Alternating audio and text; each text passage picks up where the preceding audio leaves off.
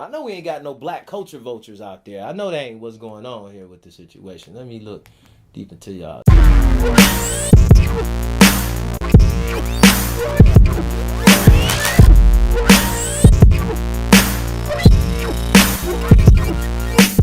Yo, we're here on the Morris Mud Show. What up, yo? We about to talk about some classic, fantastic history. Right, simple. Dope is backwards. Okay. Oh, okay. So, explain to me how, like, the year that Cinepod is starts dopeness and backwards. the group in that formation. In that formation, it started off, like I said, I heard about these cats. Number one, we was dancing too. Speaking of dancing, everybody in my crew danced too, by the way. You had to dance. I can attest to this. Yes. You know what I'm saying? It's the facts. We had raps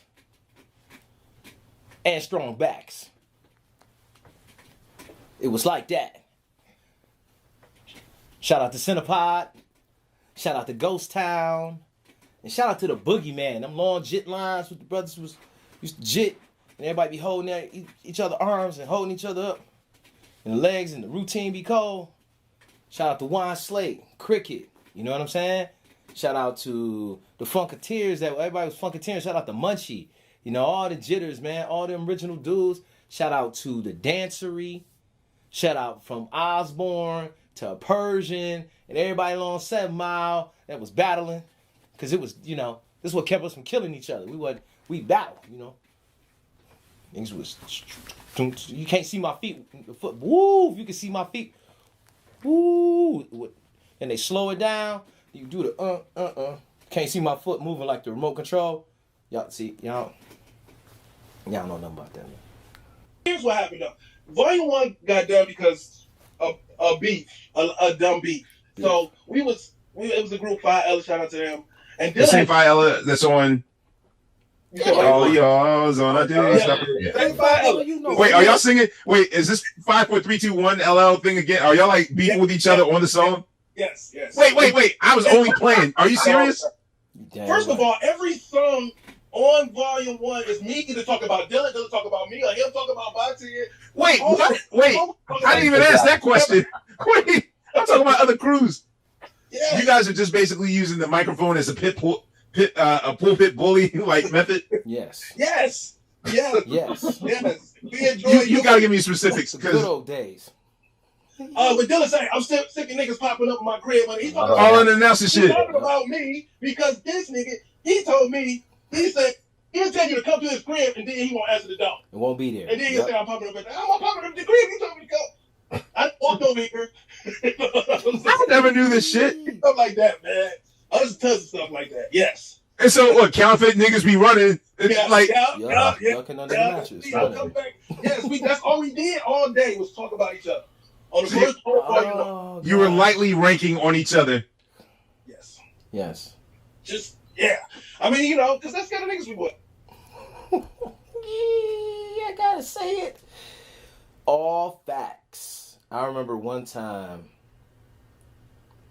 we was having this meeting and there was like it was some deals on the table. So we had like some deals on the table because Payday was giving like these demo deals, and Fat Cat had got one with First Down.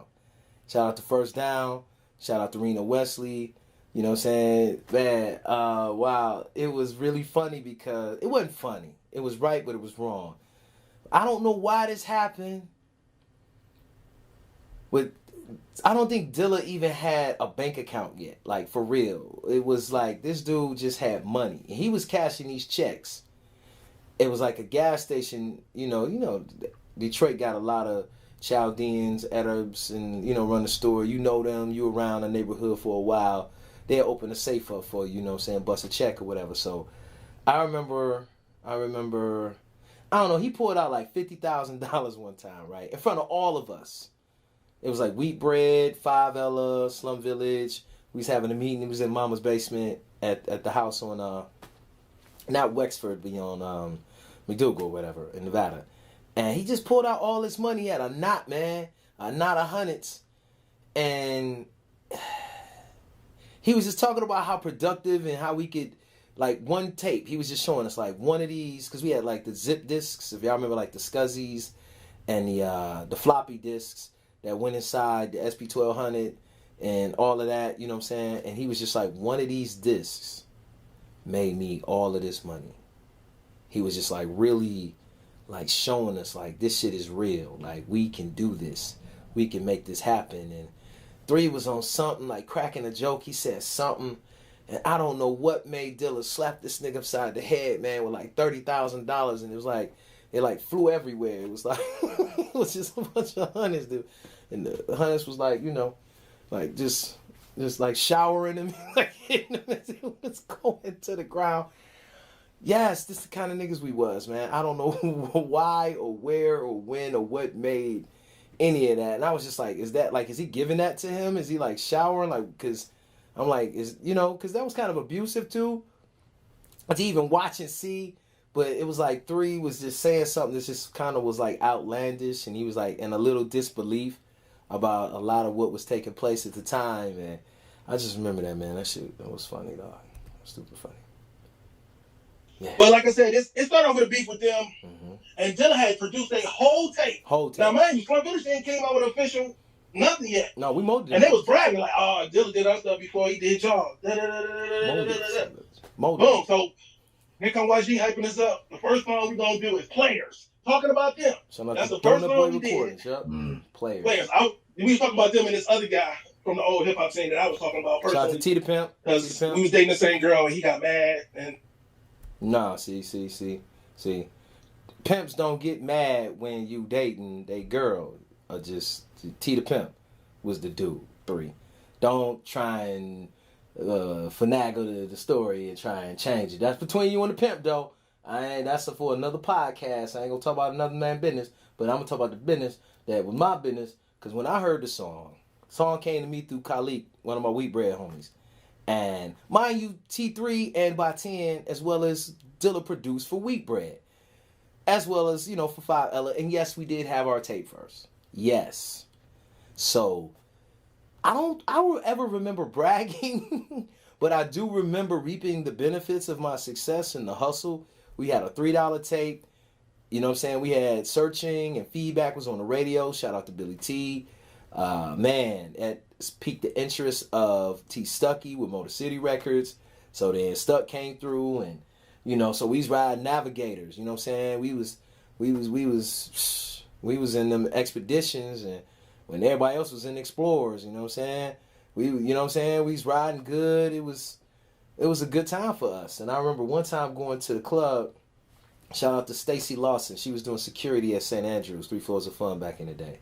So, pretty light skin with the light hazel eyes. So, I had to get dappered up. You know what I'm saying? We was going on this date, whatever, right? So I pulled the Coogee out. You know what I'm saying? Put the Coogee out. You know what I'm saying? It had the brown with the tan and like some white in it. Then I had like the camel Maurice Malone's, you know what I'm saying, with the Rockport boots. Because, we wasn't doing Timbs. We had the soft Rockport boots, the high top. The ones came up above the ankle. Yeah. You know what I'm saying? They was brown. Was, you know what I'm saying, doing the dang thing, matching in with the Coogee and all that. And instead of, because it was Friday. So instead of going home and changing and, I guess putting on my hip-hop clothes, I said, bump it, man. This might be hot up in there tonight, but I ain't about to go all the way back home. I'm going to stay downtown, you know what I'm saying, dropped her off at work, all of that. And then, proceeded to go to the club. And the homies started clowning me because I came to the club super fresh. And I didn't understand it. So I was, because I'm the baby. I'm the runt of them all. So, I just kind of played the left. I played the wall because, mind you, I got a Coogee on, so it's kind of hot. You know what I'm saying? I'm kind of a little sweating, so I'm by the fan. St. Andrews don't have no air conditioner. For anybody that's been to St. Andrews, main floor ain't never had no air conditioner. So I'm playing the wall by the fan all night. The homies laughing at me. Because, this nigga, yeah, he think I don't think I'm nothing. I'm just, wondering why they clowning because, I'm super fresh. But anyway, I'm talking about by 10. He was the main one. And shout out to Asham because they was roommates at the time. And I remember that. So what I heard was by 10 was the first one with the pen. He called 3 when he got home, told him what had happened. I came up in that mug, funky fresh. And he was the first one with the pen and all of that. And that is what I got from by 10.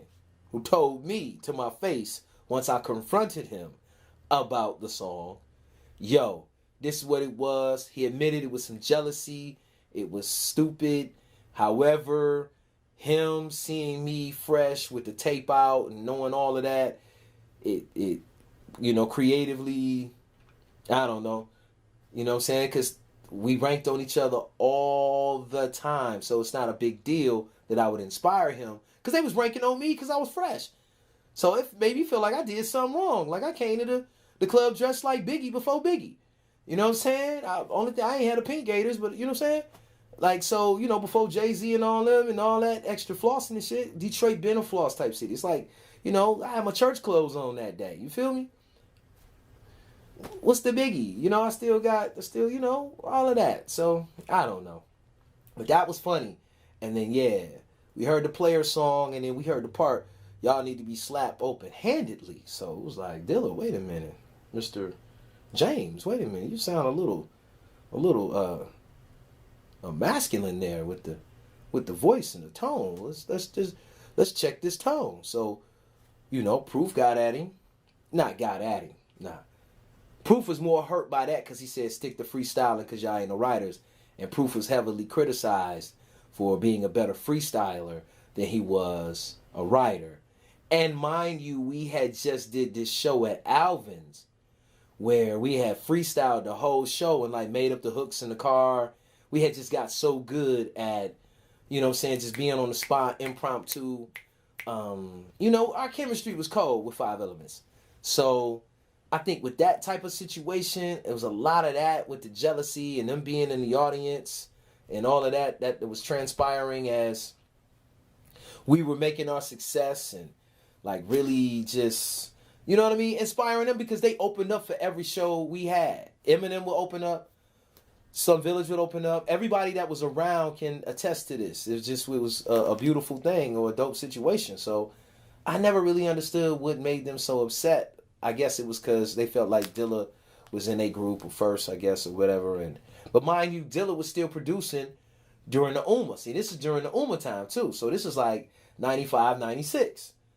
So some of our beats was ending up on the Far Side's remixes for Y and Drop. Proof did the original Drop.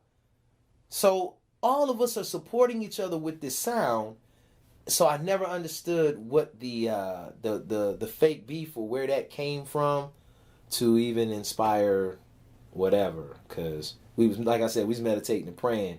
We was together most of the time creating this sound and making all of this happen. So it was very interesting to see that, while we was sleeping, they was creeping.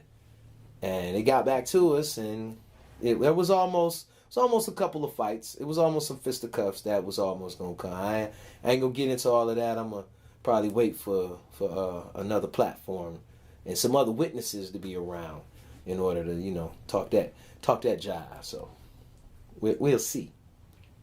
We'll see. What was your level of shock that not only is this going to take off in your city, but at what point do you realize that this cassette demo might actually be not only hip hop's most important creative shift?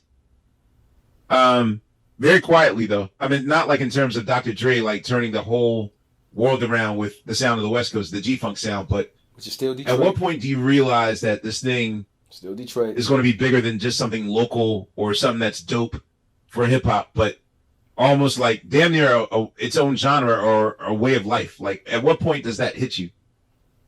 It's gonna be, believe it or not, it's once we got that demo or that volume 1 to Q-Tip's hands amongst beats, and he started calling this person, and people like you, and then people like D'Angelo, and all of these people saying, "Oh man," that's when I'm looking like, okay, these are people that I admire. You know what I'm saying? I love their music, and that's when okay, we do got some legs. I just want to say for the fact that it was more than just that Fantastic One Volume 1 tape.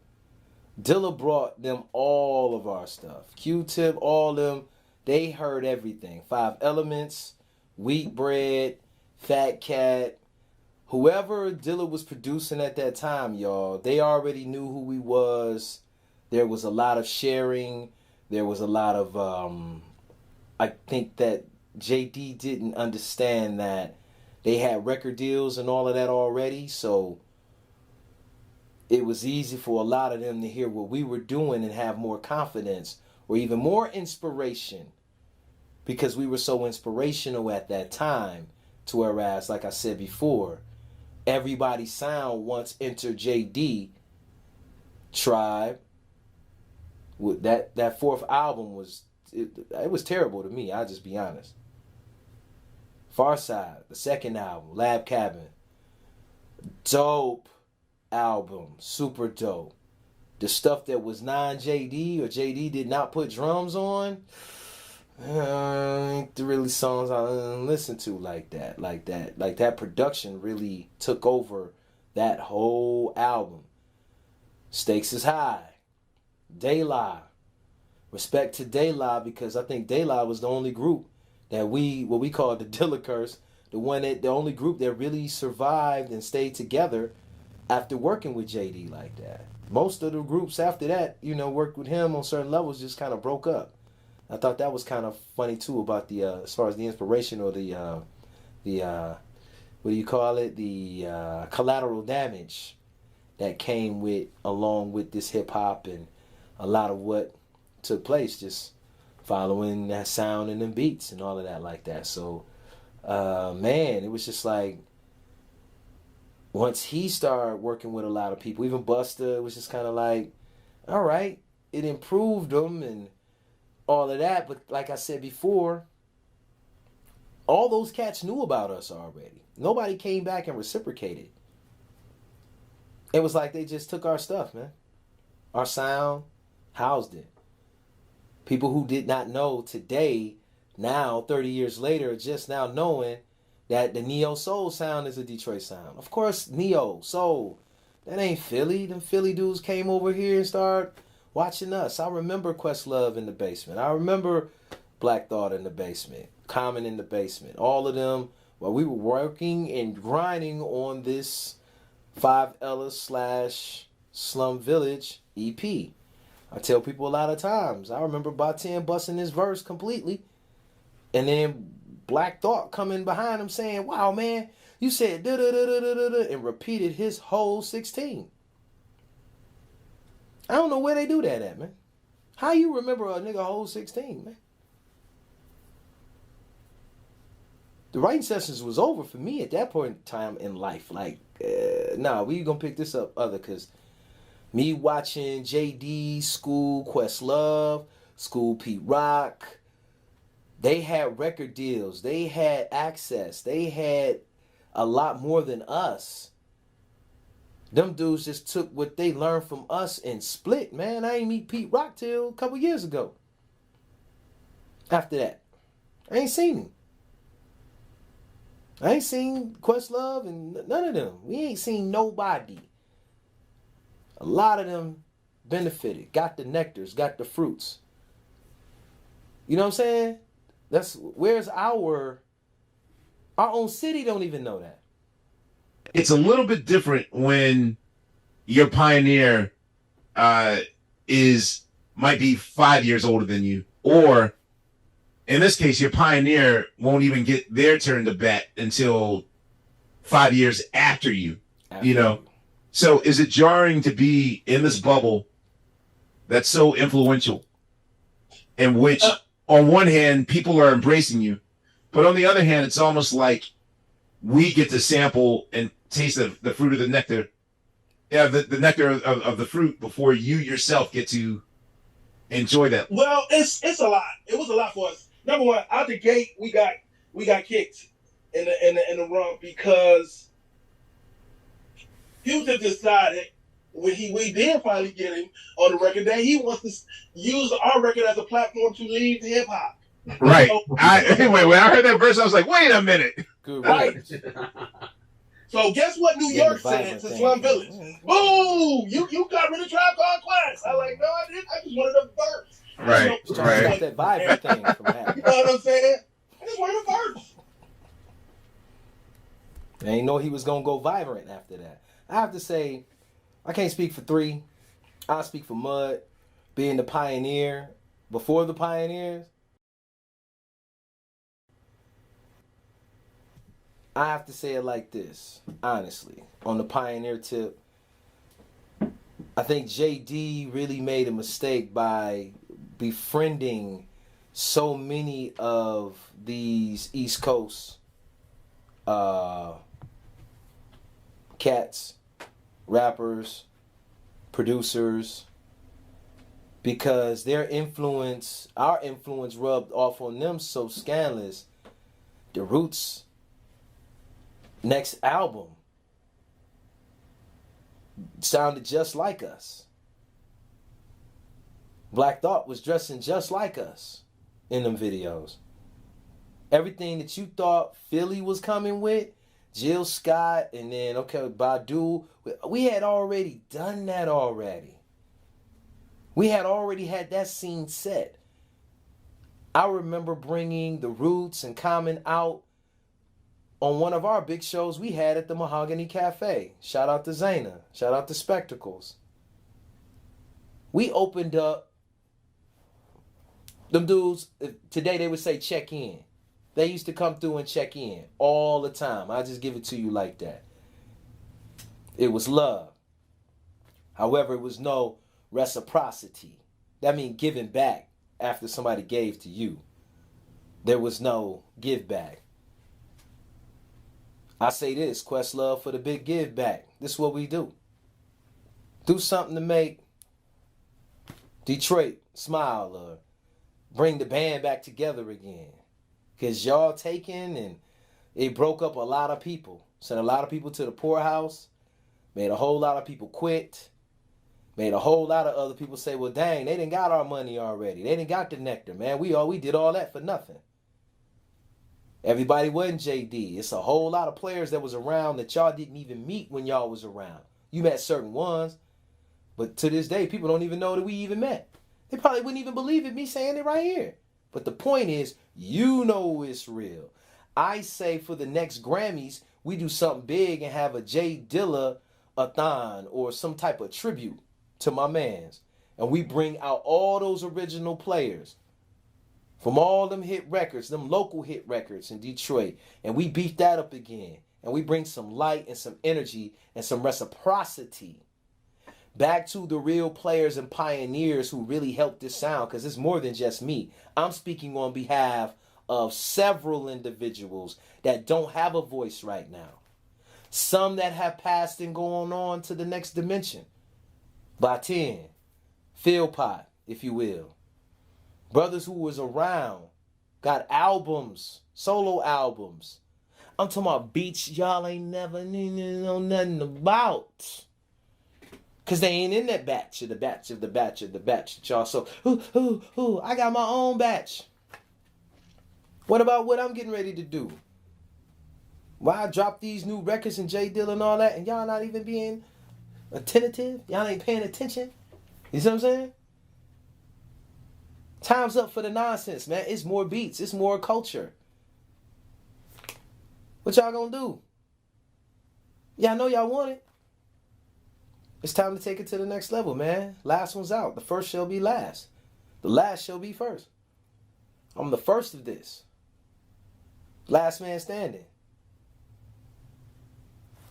That's all I'm saying. What y'all gonna do?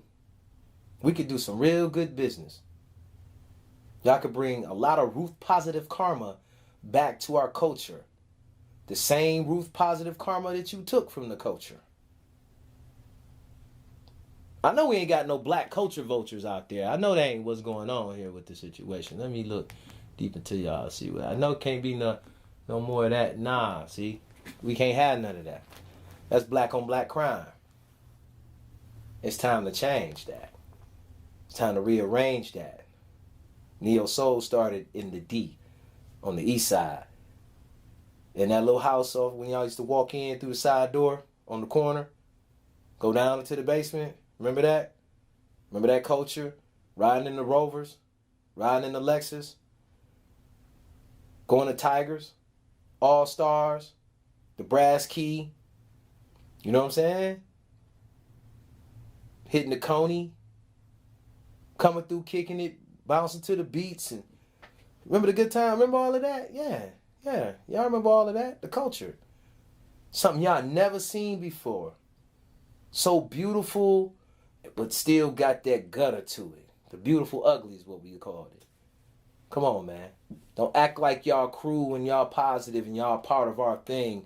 And then y'all take this and y'all do this Soul Aquarian type situation, trying to usurp what we doing.